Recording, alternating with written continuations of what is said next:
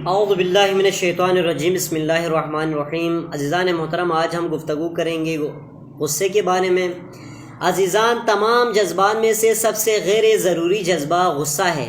غالباً اس سے بڑھ کر ہلاکت انگیز بھی ہے، کیونکہ بہت سے صحت کے خطرات اسی جذبے سے پھوٹتے ہیں۔ مثلاً ہائی بلڈ پریشر، تناؤ، جوڑوں میں درد، خارش، دل کی دھڑکن میں تیزی، یہاں تک کہ دل کی بیماری بھی لاحق ہو سکتی ہے، دل کی بیماری میں بھی مبتلا ہو سکتے ہیں۔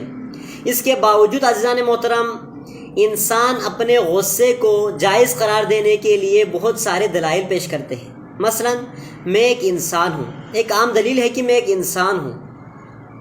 خیر، یہاں میں کچھ صاحب گوئی سے کام لوں گا کہ غصے کا انسان ہونے کے ساتھ تو کوئی تعلق نہیں، لیکن ہاں اس کے برعکس وحشی اور غیر انسان ہونے کے ساتھ ضرور ہے۔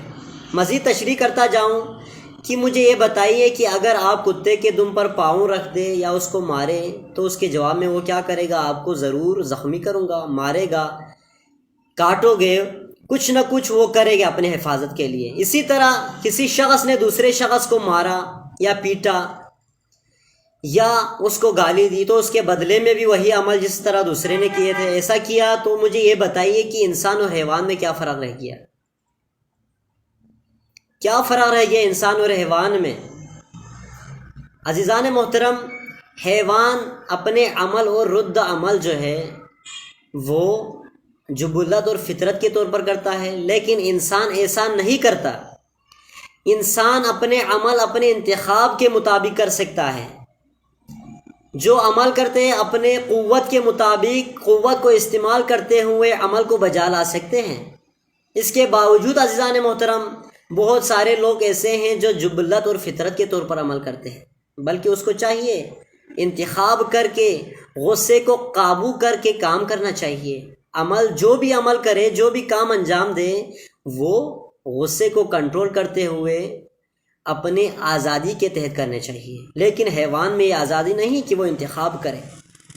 مار کھانے والے شخص بدلے میں مارنے کے علاوہ یہ بھی جواب دے سکتے ہیں کہ بھائی آپ نے کیوں مارا، اس کو بتانا کہ کیوں مارا، نہیں مارنا چاہیے تھا، سمجھا سکتے ہیں کیوں مارا، آرام سے بیٹھ کے بات کر سکتے ہیں۔ اس کے باوجود بھی کیا کرتا ہے انسان؟ جبلت کے طور پر عمل کرتا ہے۔ عزیزان محترم، بہادری یہ نہیں کہ ایک نے آپ کو مارا، اس کو 2 دفعہ آپ نے مارا، اس کو زخمی کیا، اس کو مارا، یہ بہادری نہیں ہے۔ سب سے بڑی بہادری یہ ہے کہ وہ کیا کرے؟ غصے وقت اپنے غصے کو قابو کر کے، کنٹرول کر کے اپنے غصے کو پی جائیے، وہ ہے سب سے بہادری۔ اسلام بھی غصے کو منع کرتا ہے، یہاں تک کہ اسلام غصے کو حرام قرار دیتا ہے۔ جس طرح شراب اور نشاور اشیاء انسان کے عقل کو ضائع کرتا ہے، جو انسان اور حیوان کے درمیان فرق رکھتا ہے، یعنی تفریق کرتا ہے، اس کو ضائع کر دیتا ہے، اس عقل کو ضائع کرتے، اسی طرح یہ غصہ بھی ایک نشاور چیز کی طرح ہے، انسان کو اپنے اصلی راہ سے ہٹا سکتا ہے۔ ایک منزل کی طرف جا رہا ہو، وہ وہی غصہ آپ کو گرا سکتا ہے، وہی منزل سے نیچے آپ کو گرا سکتے ہیں۔ اس لیے چاہیے کہ غصے کو کنٹرول کرے، غصے کو قابو کرے۔ جب تک غصے کو قابو نہیں کرو گے تو ہم کامیاب نہیں ہو سکتے۔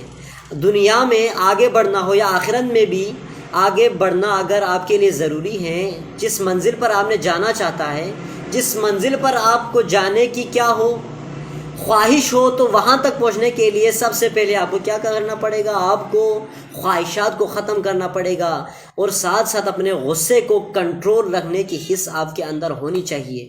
جب آپ کے پاس غصے کو کنٹرول کرنے کی صلاحیت موجود ہو، یقیناً آپ کامیاب شخص ہیں، یقیناً آپ نے کامیابی کی سیڑھی کو پار کر رہے ہیں، آپ آگے بڑھ رہے ہیں۔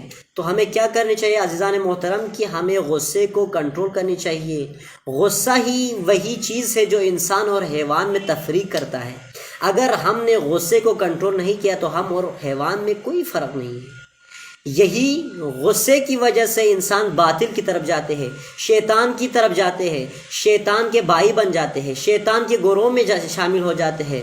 لہٰذا شیطان کو رفع کرنے سے دفع کرنے کے لیے ہمیں کیا کرنا چاہیے؟ غصے کو کنٹرول کرنی چاہیے، اطمینان کے ساتھ کام لینی چاہیے۔ اب ہم اطمینان اور طاقت کو، یعنی غصے کو ختم کرنے والی طاقت کو استعمال کرتے ہوئے اپنے انتخاب، یعنی آزادی کے تحت وہ ہم انتخاب کریں گے تو یقیناً ہم افضل المخلوقات، یعنی اللہ نے ہمیں جس چیز کے لیے پیدا کیے، جس چیز کے لیے ہمیں خلق کیا ہے، یقیناً ہم کامیاب ہو جائیں گے اور ہم کامیاب زندگی گزاریں گے، اور ہم آخر تک، یعنی ہم قبر میں بھی کامیاب ہو جائیں گے، ہمیں آخرت، دنیا اور آخرت دونوں میں کامیابی ملیں گے۔ اس لیے ہمیں چاہیے کہ غصے کو قابو کرنے کے بعد، کنٹرول کرنے کے بعد پہلے خود قابو کرے، پھر ہم دوسروں کو بھی اس کی وضاحت کرے، دوسروں کو بھی تشریح کرے، تاکہ دوسرے بھی اس سے مستفید ہو جائے اور غصے کو کنٹرول کر کے آگے کامیاب ہو جائے، تاکہ ہم سب کو ثواب حاصل ہو۔ السلام علیکم۔